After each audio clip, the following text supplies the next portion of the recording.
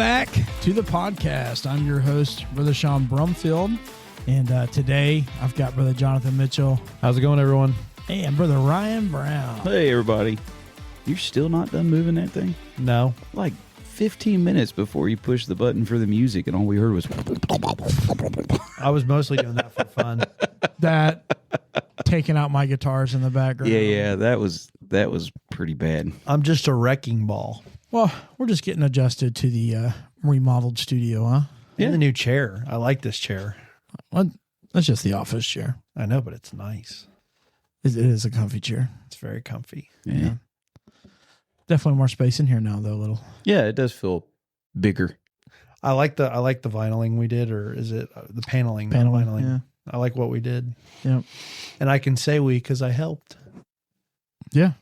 We had a blast, didn't we? That was fun. That was a lot of work. A whole lot of work. A whole lot of work. We were up until like, what, 12:30, 1 o'clock? Yeah, probably. And then we came back the next day and did it for another 4 or 5 hours. Moved everything in. But we got it all done pretty quickly, though. Yeah, all things considered. I would say, yeah. It was a good time. I'm pretty happy with the way it turned out. I'm regretting taking down the black wallpaper, but, it is what it is. It is what it is. Yeah. You can paint the wall black. Oh, that I could do. Never had a black wall before. I would really stick out with my pale pasty skin against the black backdrop. Well, you always had half of a black backdrop. That's true. So half of you was pale and pasty and stuck out. Hopefully the good half. Wow. Is there a good half? Bigfoot. We had Casper on. I never did understand that. Get my good side. My wife does that when we're taking pictures. She firmly believes that if she's standing one way versus the other, that the picture doesn't look good. I don't know. I've heard that too. But to me, like, look, it's still the same crooked nose. It's still a balding head. My belly sticks out either way. So I don't necessarily have it. I just have what side I have. Yeah. For me, it's so I can understand it because like one side of my head is thicker, like my hair is thicker. So that would be my good side compared to like this where it's or the side that I comb it over to is the one that's receding worse. So it doesn't look as bad on my left. Yeah, but see, I'm blessed with the fact that mine just goes right down the middle. It's just receding. Yeah, mine's just saying see ya. Just saying bye-bye. A good old ball cap fixes it for the most part. I used to be a ball cap guy, but I try not to wear them anymore. But I love wearing a hat. Well, now that I'm not allowed to shave my head anymore, ball caps have become my friend on the weekends. Why can't you shave your head? Well, for one, my wife doesn't want me to. Okay. So that's one of them. Because I remember when you did shave your head. Yeah, oh yeah, I was slicking it. But I will say I felt like people take me more serious or more mature. And maybe it's just a thought thing. More than likely it is just a thought thing. But since I've been pastor and I felt like that, having not slicking my head kind of. You're saying more mature with hair? Yeah. And I think maybe it's because it's coming back grayer than it was before. I don't know. But I do feel like that they looked at me differently when I was shaving my head. Nothing wrong with it at all. It was just better watch out. He might lynch you. It was just how I felt. No, I never felt it like that. That's not what I mean. But I do have some older sisters at the church that told me never to do it again.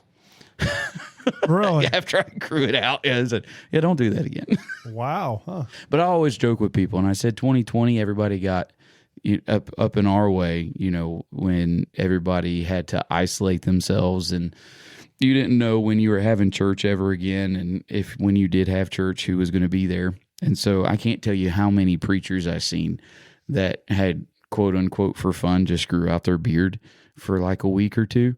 Well, I don't shave every day. I should, but I don't. I can't stand it. I hate to shave. But I can't grow it out. It drives me crazy. Like when I don't shave, there comes a point in time where it's like, okay, I've been 2 days. I got to shave it off whether I want to or not, because it just absolutely drives me nuts. I don't have any desire to have a beard.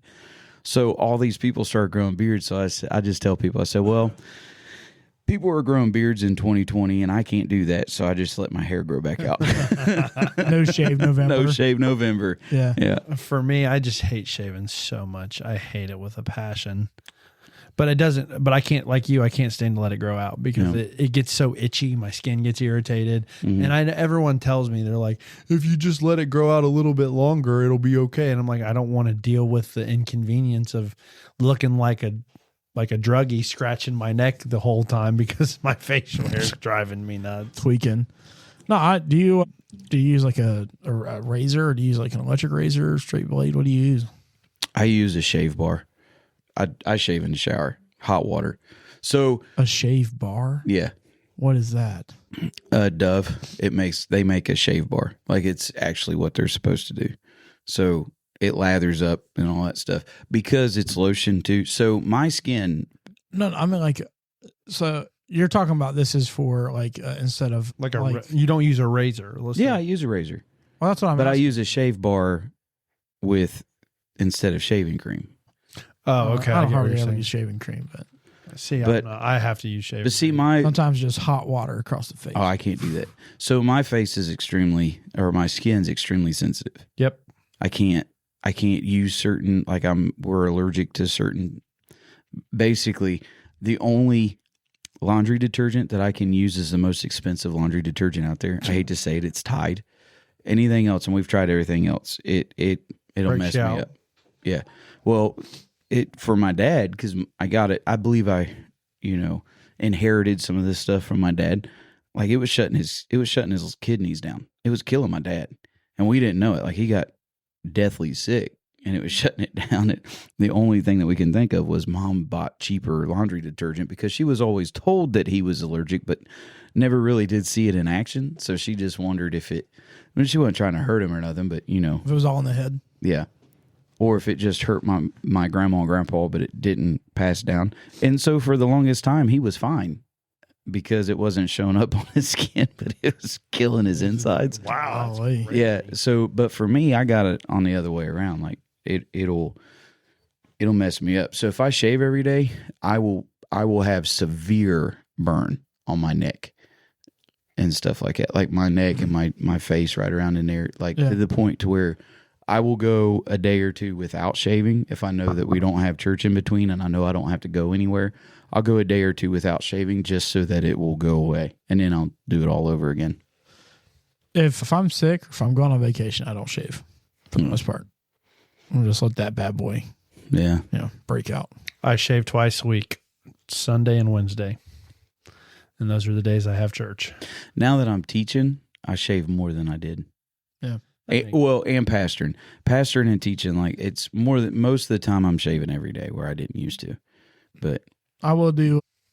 So if I'm just going to maintain it, like going to work and stuff, I mean, I shave every day. So Sunday gets the razor, and then throughout the week, it's more mild to use a electric razor. I did find an electric razor that works well. But I can't use it all the time because, like I said, it burns me up. Norelco is the best, in my opinion. I think that's what I got. Yeah. The 3-circle one or the straight? The 3-circle. Yeah, the 3-circle by Phillips best. is what does it. Yeah, that's what I got. Brother Eugene Baker told me that. He's like, don't come to, when I went to Guatemala, he's like, don't bring a straight blade. He said, you'll get flesh-eating amoebas. He's like, go out there and get you a Norelco shaver. And I was like, that's the first thing I did before I went up down there. I went and got me one of them so I didn't get any flesh-eating amoebas. That's horrible. It was, I mean, they don't have running water. Right. Yeah, they don't have like we do. Yeah. So what they do is they have a water distributor, which comes down from the bottom of a lake, and they pump it up, and people pay to have that delivered to their house. Right. And then it's held in those water tanks and then pumped out, through their gas water pump or something like that. Yeah. Yeah. It's crazy. Water by the truckloads. Yeah, that's why they tell you when you go out of country, don't drink the water, take your own. Or if you go to the great state of Indiana sometimes. I think Eastern Indiana Youth Camp. The bedrock. Or cut down into the bedrock.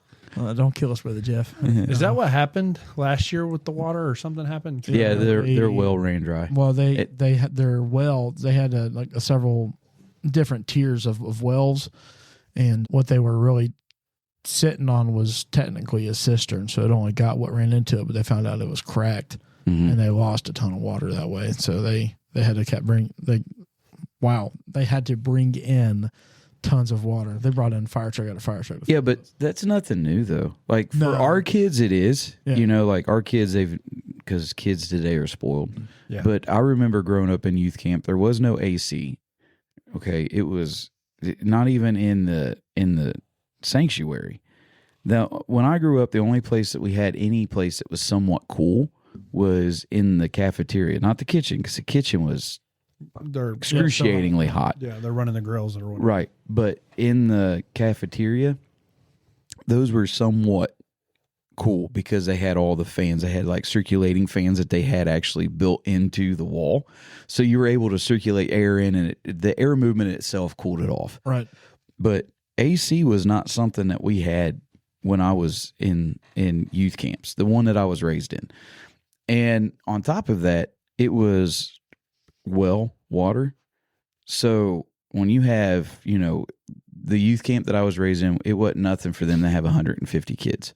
It was, at one point in time, it was the only youth camp in this area that people would go to. What was the youth camp? If you don't mind? Southern. Okay. That's where So I came in when a lot of people kind of split, and then we had more people doing their own little fellowships.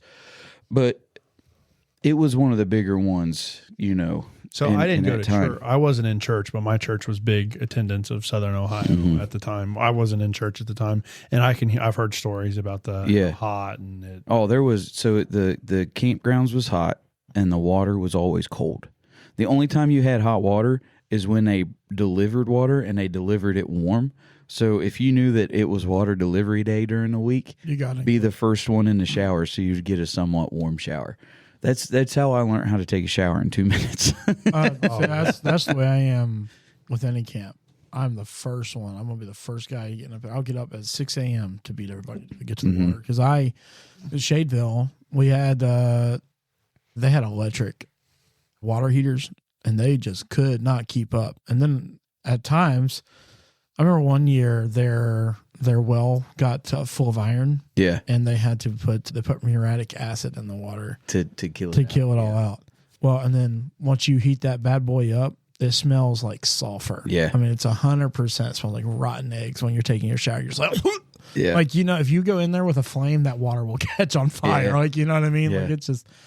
But like I absolutely hate a cold shower. And then again, I hate a scalding hot shower too. Like I want to be like no, I gotta have right it. in the It's gotta middle. be warm. Yeah. I don't like a cold shower. I don't like an extremely hot shower. The only time that a hot shower feels good to me is if I've done something to my back especially when my back was down. Yeah. I would sit and just let that really hot water go against my back. Or if you got a migraine or something, it's really good for that too. No, I'd migraine, do pretty hot. migraine, it hurts me.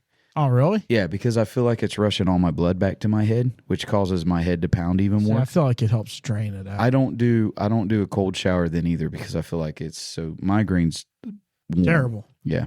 For me, if I have a migraine, I want to do the hot shower and then some of that aroma, like eucalyptus, like Oh no, man. stuff in the bottom that helps like open up. That's one of the few times I'll take medicine and then I turn all the lights off and I shut to bed. myself up in the room and I go to bed. So usually, like if I get a migraine, I take 2 Excedrin and a Mountain Dew, sit in a dark room, and just close my eyes, and then pray to God and Almighty that He helps me because when I'm down with a migraine, it can be like it's bad. Like it's one of the worst things like for me to deal with is like because my brain never stops moving. It's hard for that's why I don't sleep very good because I can't turn my brain off. But what I do, like for me, like even at night, like if I wake up, I'm just awake. I just can't sit there because I'll lose my mind. But when I have a migraine, like I can't. It's not like I'm going to turn my phone on and watch something. I don't want any sound. I want it to be absolute silence. So I'll just sit there in a dark room and I'm just staring. And it's like my brain, it's like it's so hard. I have to go to bed. So I try to force myself to sleep, but sometimes it's hard for me to do that. I don't know. I haven't got diagnosed. But Well, I will say 2 Excedrin, which is nothing but caffeine pills, and a Mountain Dew, which is nothing but caffeine, could be the reason why your brain don't shut off I during take migraines. like 4 or 5 ibuprofen. Whatever the Excedrin does it, the trick. The Whatever Excedrin and Mountain Dew usually helps me. I take 4 500 milligram Tylenol.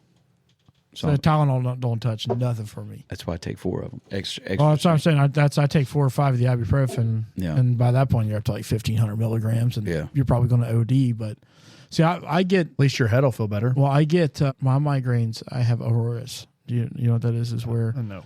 you see lightning bolts. Mm-hmm. So the first time it happened to me, I was 21. Yeah, 21, 22. I thought I started seeing these.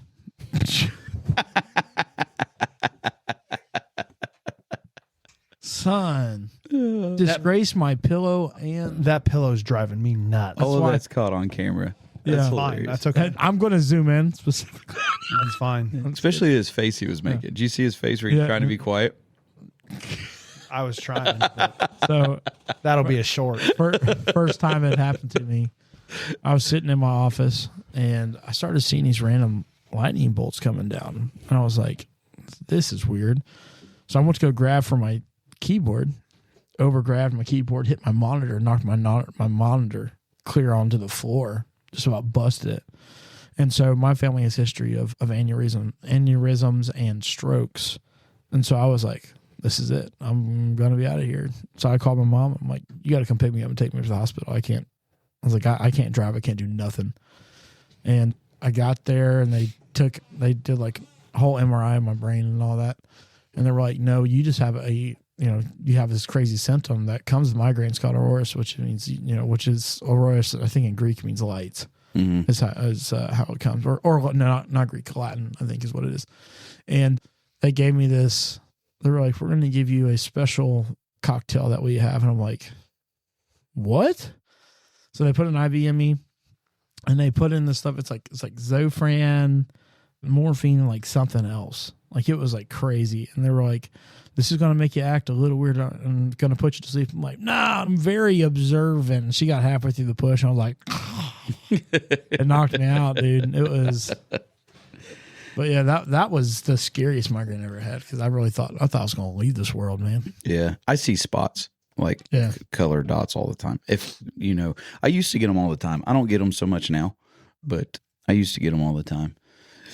Have you ever seen those videos where people have like their teeth pulled, the wisdom teeth? Oh yeah. Where people come in. So my wife tried to do that with me when I had my 2 wisdom teeth pulled. Yeah. Like she set up the video camera. And so I will tell myself, I remember saying all this stuff. Like it's not out of my memory. I remember it. So they give you, what is it? Fentanyl. Yeah. Like a little bit of fentanyl, and they put you to sleep. Because the doctor was like, you have a choice. If you go this much, it's going to be this amount of money. Or if we go this route, it's going to be this amount of money, which was only like $200 more. And so in my mind, I'm thinking, okay, do I skimp on the $200 and feel you guys crunching my tooth out of my skull? And I got 2 of these to go through. Or do I just suck it up, pay the $200 and sleep get some of the best sleep that I've ever had in my life? I was like, yeah, put me out. Like, Same. I've had braces. I've had teeth pulled. I've had all that stuff. Like, yeah, I've been through it. I've lived through it. I've been through it. I don't want to deal with that, especially with, my wisdom teeth. So when I got in the dentist chair and they laid me back, they have a light, like a big fluorescent light. And instead of it having like a regular clear light cover, it was a scene. And I guess it was supposed to be calming when you're like up in your, in a dentist chair and you're looking up. So it was like an ocean scene. So you had like angelfish and you had, tropical fish kind of in there and coral and all that stuff. So when they lay me back, that's what I see. I see this little picture view of, this nice little scenery. Like I said, I think it's supposed to just keep your nerves. You just focus on it. It keeps your nerves down. So they lay me back, they check everything out, and then they put the IV in me, which is fine. And then I hear them say, okay, we're going to do such and such milligrams of fentanyl. And so they shoot that in me, and that's it. I'm gone. And I felt like it was like 5 minutes. It was 2 hours. Yeah. Or whatever the case may be. I don't know that it was necessarily 2 hours, but it was, hour and a half, whatever. And when I come to, the first thing I see is that that thing. Well, that medicine's still with me, so the fish are swimming. Okay, because I'm loopy. Like I'm being honest with you. It's like that's fentanyl. Absolutely. That's fentanyl and whatever else they shoot into you. You're higher than a kite right exactly. now. Yeah. So when I come to, like, those fish just ain't there. They're swimming. Like, I feel like I'm in an aquarium at this point. And I hear the nurse ask, "Are you okay?" Because I guess I just look like I got fixated. And I said, she's like, "Are you okay?" And I was like, "Yeah, I'm just watching the fish swim." And that was how I answered. Well, they went to my wife and they're laughing, because it's untelling what they hear. So they go to my wife and they're laughing, to which my wife thinks I'm going to be able to get him because, he's watching the fish swim and all that stuff. So they walk me out. I'm out of it. I'm not at all cohesive or coherent or whatever, whatever the case may be. Are you cohesive? I'm right not cohesive. Now? I'm sticky. So she walks me out to the car, and I am, still loopy. I'm still under the effects of all that stuff. I got all these galls in my mouth. You can't hardly talk. It's just it is what it is. So my wife thinks that she's going to be sly, and we have this phone holder in the car at the time, and she turned it, and she turned the phone backwards so that she could see that I'm being filmed, and she's filming me. And so I'm not talking.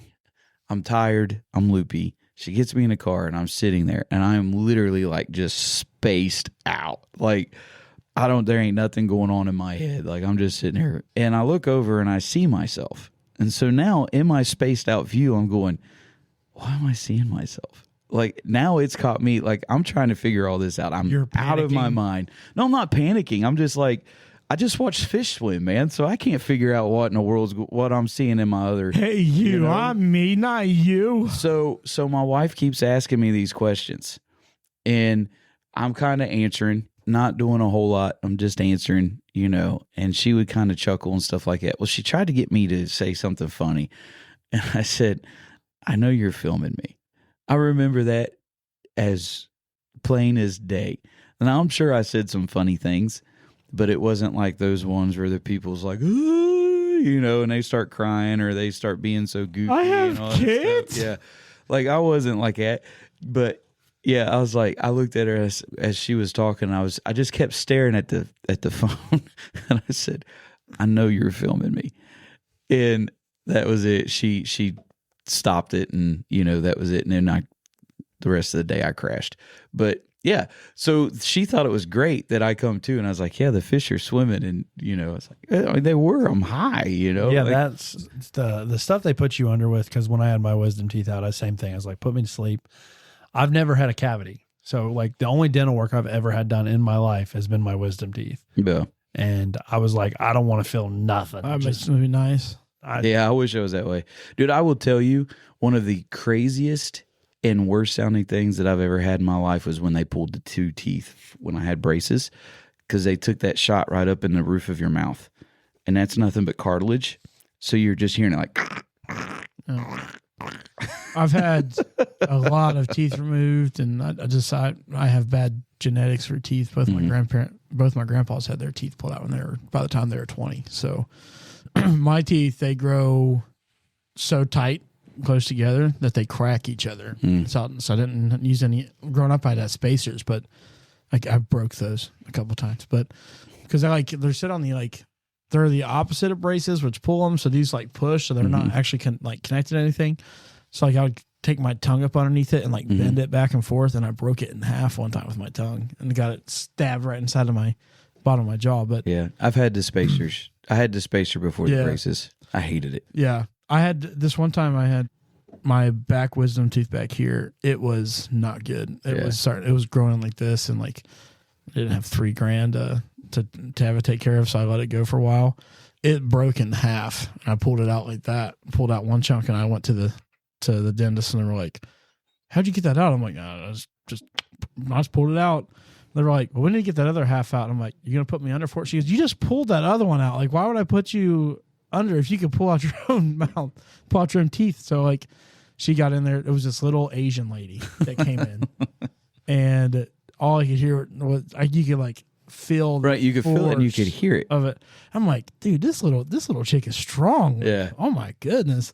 And she finally got it out. But like, is it just me, or is it like, are you supposed to look at them in the eye the whole time? They're like yanking on you, because like for me, I'm like totally like divert. Dude, like, it's awkward. I look everywhere else. I'm like, because like you see the scene up there. And you're like, oh, this is so nice, and then half a face just comes up over in front of you, and you're like, what do I do here? And you're like, dude, I know I'm going to sneeze, and I'm like, so when I sneeze, like it's coming all over your face because I can't catch myself fast enough, or I can't stand when they talk to you. Yeah. Like your mouth is wide open. They've got this little suction thing in there, and they're prodding around. Yeah, like, you got that chair in your mouth. Yeah, like, so they're like, so how was your day today? Yeah. Oh yeah, really. And it's like they carry on this conversation. I could have literally and they said understand like how. Yeah. Well, I don't know. I think they always take everything for a positive thing. Like I could literally say it was the worst day of my life. I'm gonna go jump off a bridge, and they'd be like, "Oh, well, that's good. I'm glad." Like, so what. Like when I was a kid, are you going back to school? Oh, well, it's good that you have a day off. I just told you I was going back. What are you talking about? Well, I think if you really think about it, though, like that's one of those jobs where you're literally just hands and mouth. So like they have to talk. Yeah, I wouldn't want that job. That's one of the nastiest jobs. Because if you have somebody with bad breath, like you're, I mean, I know a lot of Well, times you're they were- curing that bad breath, though, because technically you're brushing their teeth, right? Yeah, but at the same time, yeah, you get people but before they do that, they typically make you do a cleaning before they go in and start pulling stuff out. yeah, but then you also have stuff like abscess, people that get Oh, yeah, abscess. yeah. And like it's like There's more diseases in the human mouth than what you'd ever want to be. I wouldn't want to do it. I don't want to do anything in the medical field, period. yeah, I can't do it. But I'm not. I've done it, and it's not all terrible, but the mouth is nasty. It's just gross disgusting. if I had a choice, if I had to be in the medical field, I would not want to be a dentist. I would not want to have anything to do with podiatry. And I wouldn't want to be an OBGYN. Like there's several POD, there's like the feet doctor. Yeah. Podiatrist is a Yeah. foot doctor. Yeah, but it sounded You like know what I'd want to said- be in the medical field? what? A pharmacist. It's in the medical field. They go to school. I would actually, in all honesty, I think it'd be cool to be an X-ray technician. That would be cool. I don't know though. I don't like seeing broken bones. So like, am I weird for that? Like when somebody, No, a lot of people don't get off put by human injuries. well, no, I don't like watching it. well, like where they you know show how those people, videos. Yeah, of- people are like, oh, and they're like, Yeah. oh, you got to. Like I just immediately. Yeah. So I don't want to see it. When don't I wanna got out look of at high school, I was working as an ortho technician, and what you do is you set bones, you put pins in people's arms and legs, and all that stuff. So I've seen some pretty gross things. I had one guy, he came in to get a rotator cuff fixed, and a couple months before that, he had the other shoulder done. Well, he came back, and the shoulder that had got done first was hurting him. Was hurting worse than the one that he had just had done. And rotator cuff surgery is one of the most painful that's surgeries horrible. out there. Yeah. So he comes back and he's like, "Man, my left arm is killing me." And I'm like, "Well, let me just take a look at you or whatever." So just to let you know, if you ever go and have surgery, they put you in some of the most ungodly like positions that you can get into so that they can see where exactly where they need to work. You know? Oh yeah, X-rays are Yeah. awful. Well, I've seen them. I've sat in on a knee replacement that they take the leg, take it, and turn it completely around in order to get stuff in there. So like your foot is up to your face, Yeah. without anything. So, but anyways, this guy is complaining that his shoulder is hurting, and I went and I was like, looked at him, and I could see they dislocated the shoulder that they had already fixed, and you could see the bulge of the cup that's part of your sticking out. So there's this little ball sticking up underneath his skin. Yeah. And I was like, oh yeah, that's dislocated. And so even though you could see that, you still had to take him to X-ray and all that. Right. But man, we got in there, and he was a Michelin star chef. So, and he was in so much pain that we tried to do a bedside, relocate it back in there, or I guess that's technically what it's called. Yeah. Just put it back in the joint. Yeah. So we tried that. I wrapped a sheet around myself and him. And I mean, I was still a big dude back then, but I mean, I was more muscle than I was, chubby now. But so I was like leaning all my weight, and the doctor was like just trying to get him around. We couldn't get it, and we tried to take some Versed, which is it like puts you in like your brain to sleep, but you can still respond to commands. So you're not really, you just, and that we gave him as much as we could legally, and that dude was rattling off recipes the whole time. Like they had to take him into surgery and refix it. Yeah, it's like I got another one for you, John. I can't watch that stuff happen. I will tell you though, with that being said, I've never been one that's like ever interested in it. But one of the worst stories I have, and this is in the construction field, it was cold. So, we're working in a half open buildings. The part that we're working in is not enclosed. It's all snow and ice.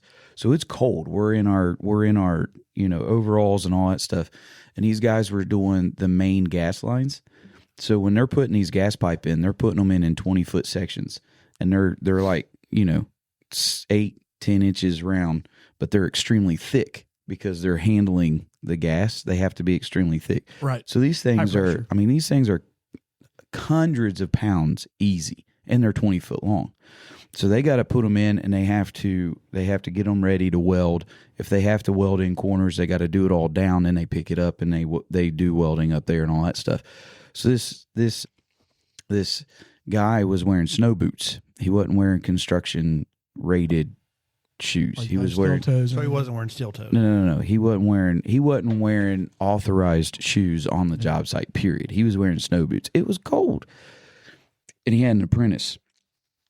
And so they got this 20-foot stick of pipe, and they were putting it on the stands. And he told the apprentice, he's like, hey, he goes, we're going to have to slide it down this way. I don't have enough room, because he had to cut some stuff off. He's like, I'm going to have to slide it this way. So that guy, instead of waiting for him to give the command, he pushed his in, which kicked that guy's stand out. And that thing came down and landed on his foot. And it blew out 4 of his toes. Yeah, I believe that. Like it absolutely crushed. There was and there was no bone fragments left in a couple of his digits. Like it was bad. His big toe was and they couldn't even do nothing for him. What was bad about it was the only people that helped him was me and another one of the electrician guys. Like his boss came in and was like, I can't believe you did this. Like it wasn't even his fault. The guy couldn't walk. I mean, he just blew his toes out. Like, this dude's done for a long time. His boss goes, okay, come with me. They didn't call 911. They didn't do anything. And his boss wasn't even going to help him walk. So me and the other electrician, like, we grabbed him on either side, and we were carrying him to the van and stuff. But the thing about it is, I think it's one of those deals, like, if I had to do it, I would. Like, I could deal with it if I have to. But, like, if somebody's just like, oh, watch this, and I'm like, I can't take it. See, I had a gentleman one time. Can we change the subject? This one's far more more gory than that one. I don't want to hear it then. And we probably shouldn't share it because not all the listeners would like it. It's either. all right. I don't want to hear it. This isn't an act. Well, it's an act. This gentleman, he was riding his motorcycle. Yeah, and I know some stories like this. I see pictures of stuff like it. He got T-boned and pinned. Yeah, and he broke his femur. Yeah. So. He didn't lose any body parts or anything like that. But what happens when you break your femur? Obviously, the strongest bone in the body. That's hard. Okay. Yeah. It externally rotates, so it goes outside the body like this, and then it instantly pulls in. Okay. So this is you're squirming an awful lot there, John. I hate it, man. I hate it so much. It's extremely painful because you technically are having a cramp. It's 100% cramp because all that the pressure femur is like, from what I heard, it's like the most painful bone you can break in your entire. It is. Well, it's the hardest bone to break in your body. Yeah, I mean it's the thickest bone. I mean when you think about it, I mean it's it's probably the size of my forearm. Let's just keep. Let's so move along. he comes to. I want to be off of this topic. So bad. He comes to the orthopedic floor, and he is in so much pain. He's screaming. We give him all the meds we could give. Well, we take a local anesthetic called lidocaine. Trying to take your mind off of it. Yeah. Just keep. I'm listening. I promise. So we take lidocaine. Lidocaine is a local anesthetic that goes in and it numbs off surface tissue. So what you have to do in order to correct this is you have to take weight. It's 25% of the weight of that person and then you put it on the end of their leg, and it pulls out that bone and gives them relief. So we had to put pins down inside his leg. So what you do is you take your scalpel and you do a little incision. We did this all bedside. We didn't do this, and he's not under nothing. He's awake when we did this. Yeah. We made an incision, and we took 2 pins, and you take it literally looks like it's a Black & Decker drill, and we drilled into his bone while he's awake. And you wait, and what happens on the other side? You drill all the way through, and you wait for it to pinch up like this. And you make a little incision, and you're like, which is crazy. I'm like, I'm 19 years old helping out this ortho doc do this, and I'm like, this is amazing. And the guy is like screaming in his pillow, but the whole time I'm just like, yeah. That's what my dad said when he had leukemia and he has to get his bone marrow checked. He's like, it's not bad until you see him wheeling a DeWalt drill, like a drill that I would use at home. Yeah, and because they got to dig into the bone, Yeah, it's kind of funny. I would pay money right now to get off of this. Hey, I will ask you though, and I think it's neat because I do say, I know there's a lot of people out there that's like they don't doctor, and I will never fall out with anybody that decides that we're going to trust in it. There's been there's been a lot of things that, well, to be honest with you, I talk about my back healing. I went to the doctor. I was looking at surgery and all that stuff. They gave me some, and I like I said earlier, I don't like taking pain meds. I don't like medicine at all. I've got my reasons, and I just don't. It has to take a lot for me just to take Tylenol. Yeah. And so I was on muscle relaxers, and I was doing that, and I would take them, and because it did help me. Like, it gave me some relief, especially doing an office job where you had to sit down a lot, and that's hard. But I told my wife, maybe 6 months before the Lord healed me, I was like, I am going to quit taking all this medication.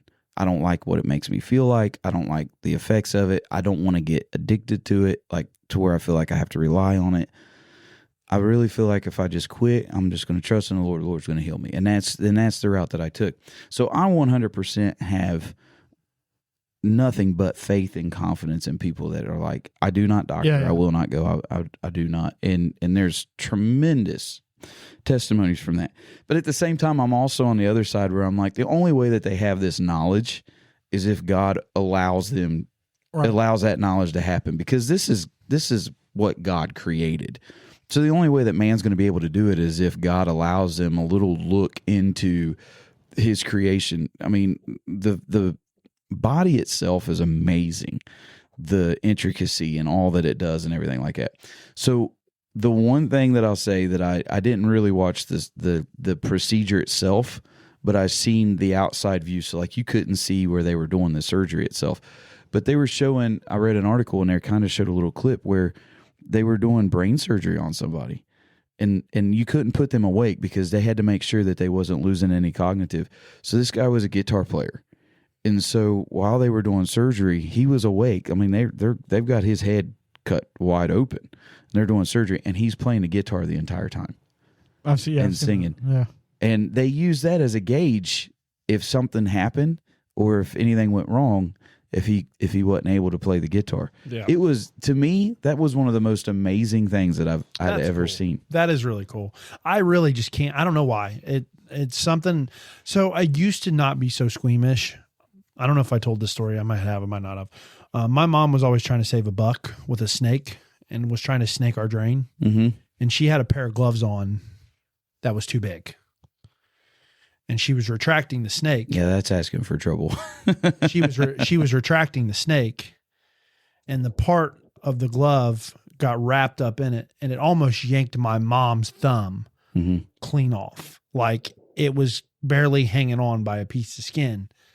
So ever since then, I just can't do like the blood, the squeamish, it's the pain stuff. Like, it, for some reason, it messed with me. Dude, I've almost lost my hands a lot. I just can't do it. So I used to be that way too, but I was working for the company I used to work for, and we did something at UC Hospital, and I walked in on a procedural room because it was the hospital, so it's also the school of science and stuff like that.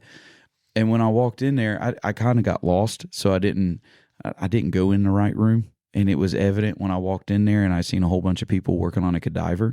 So like the body's wide open and I'm just like, right there it is. I can't get away from it, you know? And I went to another place where they work on tissue where people donate their bodies and stuff like that. And they can make tissue now. Yeah. Which is up there by Spalding Road. Yeah. It's the place up there. I don't know what the name of it is. We called it Dayton Tissue, but that's not what it's called. I know it's something different. Yeah. So when I first was told that I was going to Dayton Tissue, I was thinking, oh man, that's a toilet paper factory. That's cool. You know what I mean? Like that's what I think of tissues. But it was this where they donate their body. But when they get there, it's tissue. It's not like body parts itself. So when they get it, the skin's already separated. All it is just basically hunks of meat. It's the graft, right? Where they do the grafting for skin. Well, stuff like that. They don't do the grafting there. They get it ready to send to the hospitals. Okay. So basically, they get the dismembered already ready to go, and then they just process it a little bit more to get what they need. Yeah. So this building what was a weird thing to say. This building, well, I mean, it's like I said, it's a medical marvel, really. Yeah, it is. So this building is fully active when I go to do this job. And a buddy of mine went the day before and went through the whole procedure. And so I called him and I was like, all right, so what can I expect? Because I've never been put in a position like this. I mean, since that day, there's several years that went by since I walked in on a cadaver being worked on, you know, and I was just like, oh, my bad. I walked out the door. So on this one, I was like, what's the procedure? What can I expect? What is all that? And so my buddy was like, well, so the maintenance guy met us, asked me if I have a history of passing out. And he said, all I did was I just said, to be honest with you, I've never been put in a position like this before. So I really don't know how I'm going to handle it. I don't really know what's going to happen. Like, I don't just pass out, but this is a completely different thing. And so he's like, the maintenance guy told him, said, okay, that's fine. Just follow me. We're going to walk in this path. Don't look left or right. Just look straight ahead and you'll be fine. Everything will be all right. And so my buddy is like, I did what he said. He's like, I seen something, but there wasn't like anything gruesome. So like, he's like, so it was fine. I was like, okay, cool. So I go there the next day. The maintenance guy comes to me and he asked me the same question. I go through all the safety procedures and all that stuff. And it comes to that point of, do you have a history of passing out? And I answered the same way. To be honest with you, I've never done it before, but this is new to me. I don't know what I'm going to do. This dude looks at me and he said, follow me. And he takes me to a viewing room and sits me down. And I'm like, dude, if he did this to my buddy didn't tell me I'm going to kill my buddy. But he didn't. I don't know, because it probably was a different guy. They had viewing rooms for people because they got people that donate money and all that stuff and partner with them, because you do have to have these doctors and stuff partner with you in order for you to do what you're doing. Yeah. So they let people view their procedures. So he takes me to this area. It's a big wide open window. And he said, go ahead. And he said, don't take a seat because I want to see what you're going to do. So like, this dude's half expecting me to pass out. So I'm just standing there, and all of a sudden this, person in a gown comes in and they're preparing something. I can't see what it is. They're preparing something. And all of a sudden, man, it's like, and it just looks like a leg of lamb is what that's what I could at that, because there was no skin, there was no nothing. So it just looks like, to me, I think it was like the inner thigh leg. Yeah. That's what it looked like to me. So he sat it there, and this dude, I can feel him. Like, I'm watching this whole thing. Now, I've not passed out. So in my mind, I'm going, intrigued. Yeah. Hey, this is Can I cool. see some more of this? Now I'm interested. And so the maintenance guy watches me for a little bit, and he said, you'll be okay. He's like, just stay in your path. Don't go in any other rooms. And he showed me how to go. So I'm walking through there now because Superman, right? I didn't pass out on anything or all that stuff. And it was really cool. Like, I seen a whole lot of stuff. What got me was when I looked in a room as I was walking through and they were rolling out skin. That's what got me. Like, they were rolling out skin like carpet. It was like, so I was like, yeah, that's when I felt like I was losing my color. And I said, yeah, I probably won't look in any more rooms again. So My junior year of high school, I took college anatomy and physiology. You're gonna live, John. Why are we still doing this? I'm getting ready to topple his story. I don't want to hear it. I'm done. I don't want to do it. My junior year of high school. Happy Martin Luther King Jr. Day, everybody. Yeah. I take college anatomy and physiology. Mm-hmm. Okay. You can take those off. You can still hear me. I know. We take our final exam. I passed so much. flying colors, did good. I think I only missed one question out of it, out of the practical and out of the written. And if you passed, you got to go to Hocking Hills College, Mm-hmm. and you got to work on a cadaver. Yeah. It was the freakiest thing to think that my mom and dad signed up for a 17-year-old boy to go play with dead people. But I'm gonna tell you what, it was the coolest thing I think I've ever went and done. We got to go in there, cut a dude's head open, pull his brain out, played around with cut his arm open, played with the tendons, watched you pull the tendon and which tendon pulled the fingers and all that. My teacher, though, ripped his glove and was still playing in it. Yeah, with his ripped. There ain't no that, way. Yeah, that was disgusting. Yeah. With the glove, now I will tell you this. I think we had 3 or 4 hours. It took me a good hour and a half before I was comfortable to go in and actually start doing stuff. And I'll tell you this, the nastiest thing is they're soaked in formaldehyde. Right. And if you've ever smelt that, it is something that it's disgusting. It's disgusting. It is absolutely disgusting. And not just that, but if it gets in your nostrils, it's going to be there for a couple days. Yeah. And if it gets on your clothes, you're done. just Throw those clothes away. Yeah. So we all went home and like all our clothes were in trash bags and all this kind of stuff. But it was awesome. I've always wanted to worked in a medical field. My dream job was to be life flight. That's what I wanted to do. But the Lord had other plans. I was getting ready to go to school for it all and all that. And the adrenaline rush from trauma, like I've worked ER rooms, I've worked in psych wards and done all that kind of stuff. And I just loved it. That stuff was it was awesome. Yeah. I never wanted to do anything medically, but my job put me in medical rooms and ER rooms and put me in situations. And now I'm teaching science, so I'm teaching some of this stuff. So it's like now I'm starting to get a little bit more interested in it. So, yeah. My hometown, they used to I worked in accounting. Well, now I sell insurance, so it's a very different job. I prepare you for what if you can't get to the doctor. Yeah. Yeah. So my my hometown used to have a dog feed plant. So they would like process. Was it Mars? I don't know what it was or not. My dad went in for an interview and got was worked there for like his second job or whatever. Mm-hmm. But he would come home and smell nasty. Because guys would come in there, they would bring it because they don't use fresh horse meat or whatever. Right. It's if a farmer's horse dies, they come and do a service and get rid of it. It's like they literally tie it up around its leg and drive it through town and bring it in there. So like it's some gross nasty stuff. I will never forget. Are you doing this just for fun at my expense? that's legitimately what happens though, because we did work at a dog food place. This is just my life. No, I get it.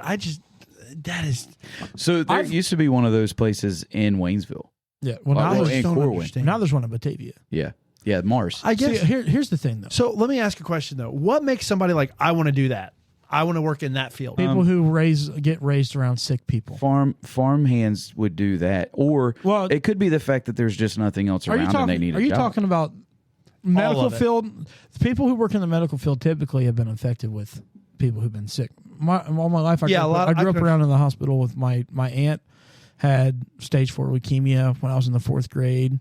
She's fought that clear up until she died a year after graduation. My mom helped her with that. My grandma had Alzheimer's, and my grandpa was always in the hospital. My uncle was always in the hospital. So like when you grow up around it, there's nothing. That's that too. But also if you like science. There's sometimes where I'm a science nerd. I love it. So I love science too. I just went more on the engineering side with what I did. I hate science. I've always hated science. Was my least favorite subject. And I'm just not intrigued by the medical. I am especially intrigued with neurology. With how it works. Well, not just that, but like serial killers. I don't know what it is, but they fascinate me. Like getting into like how do you how do you get so demented from that? Like that's something that intrigues me. So I can agree with that. The sociological part I can get with. I don't mind that. I don't want to see the remnants of their crime scenes. I want to dig into the deeping. Dude, could you imagine being a crime scene cleaner? No. Dude, that's no. Well, I have worked with a company where they had to do some of that stuff, and that would be like one thing that I probably would not be able to take. I saw a YouTube short or TikTok, but I don't have TikTok. I use YouTube shorts. There's a guy on there that is a crime scene he's a crime scene cleaner. So after the investigation is done, he comes in. He told one of the nastiest ones I saw that he did was in a hot tub. He said somebody died in a hot tub that was running, and nobody knew about it for days. And that person basically cooked to death. It was cooked or cooked afterwards. He said I'd been doing it for like 10 years or whatever. He said that was the worst smelling scene. How can you watch that but not hear our story? It's not. I don't see anything. He's just telling the story. Yeah, but we were just telling a story, and you were like dying. All you see, but the problem is I'm not focusing. I'm focusing on the thing. He's just spraying out the hot tub. You don't see anything. But he's just like, he doesn't go into descriptive detail of like, there was a mutilated eye socket that was detached. Her arms were cut off. Her legs were cut off. I came in, I was called to a scene of a person that had deceased in a hot tub. The smell and like I said, it's just a nice little background video. It's like if you were cleaning a hot tub, there was nothing graphical about it. What about when they because I've seen a guy like that, and like you can watch him pull up a sheet of skin off the tile floor. I didn't see that guy. Same different guy. Like it's like if you start doing that stuff, I'm out. I don't. Like I said, I don't. It's something. Maybe like I said, I have a strong stomach. It just makes me cringe to the point where I can't like. Well, I think strong stomach is objective. I don't think this is something that's going to gross anybody out no matter what happens. I think it's just a matter of when people say it's strong stomach, it's what you can handle versus somebody else. Because I say I'm a strong stomach, but there's things that I can't handle that somebody else can. Like I can do this kind of stuff, but like. But if a bird comes at him, dude, he has a weak stomach. Or a mouse. That felt good for me, by the way. That joke just felt good for me. What have I done to you? What the last 15 minutes? That's what you're. No, I just can't do it. I don't know why. Like, I understand, and I'm so like I said, I'm with you. I know some people are anti-doctor, and I know I'm right in the middle. I see both sides. I understand it. I'm thankful for people that are willing to do it, just like I'm thankful that are people that are willing to do sewage work. I'm thankful for people that are willing. I've done that too. Well, that's what I'm saying. I'm thankful for those people because I don't think I could. I've walked across the plains of those vats where they're stirring the water. Like literally looked down and thought, if I misstep, you got to drive past one to get to my house. Yeah. Well, you know what's funny? Oh, I know. I know when I'm in Middletown, and then I know when I'm in Trenton. Well, the YouTube short thing, like I said, I get a bunch of random YouTube shorts. One of those guys is a septic cleaner guy. He does a joke at the end of it. He's like, and he shows his machine stirring it, and he goes, "Smells like money." Yeah. So like I said, I'm thankful for those guys because I don't think I could. Dude, I helped my uncle one time. He had a buried septic, and so you had to even his access panel was like 3 feet underground. Like it was just gross.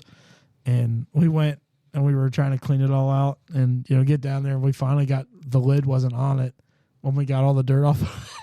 And the shovel went right through it and went like straight into it. Dad's like, guess we're going to have to go get another shovel, man. Yeah, it's like I said, I wasn't a science guy. The guys that could get down in that, there's no way. Yeah. I couldn't do that. Yeah. I like math. I was good at math and history. That was that was my thing. I was really good at those two things, and that's why I went into accounting and banking. I can't handle it. Yeah, right. Numbers, exactly. I like the back end number stuff. Well, I hope we didn't gross anybody out too much, and maybe did me. Maybe you're like a freak like us that doesn't really bother us. But thanks for hanging out. Don't forget to send us an email at pulpit to the pew at gmail.com. Send us a text, a like, a comment, and we'll see you next week. See you guys. See you, everybody.